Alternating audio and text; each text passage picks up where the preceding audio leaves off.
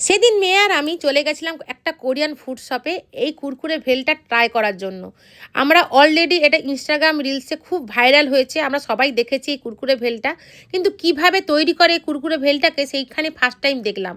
ওরা প্রথমে কুরকুরে প্যাকেটটাকে কেটে নিল এবং কুরকুরের মধ্যে সমস্ত রকম কুচি, যেরকম পেঁয়াজ কুচি, লঙ্কা কুচি, ধনেপাতা কুচি, টমেটো কুচি, শসা কুচি এবং গাজর কুচি ওরা ওর মধ্যে দিয়ে দিল। তারপরে ওরা ভালো করে সেটাকে মিক্সড করেছিল একটা চামচের সাহায্যে, যে লাস্টে দেখো ধনেপাতা কুচিও দিচ্ছে এবং তার মধ্যে একটু লেবুর রস দিয়ে ওটাকে ভালো করে মিক্সড করে তারপরে চিকেনের ফ্রাই করা টুকরো করে রাখা ছিল সেটাকে ওর মধ্যে দিয়ে দিল ভালোভাবে।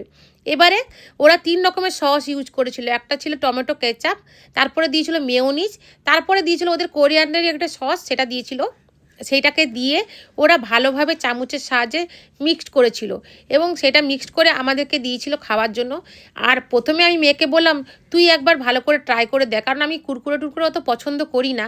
ওকে বললাম তুই খেয়ে আগে দেখ কেমন হয়েছে। ও খেয়ে বললো মা জাস্ট দারুণ। আমিও খেয়ে দেখলাম খুব সুন্দর হয়েছিল এই মাখানোটা।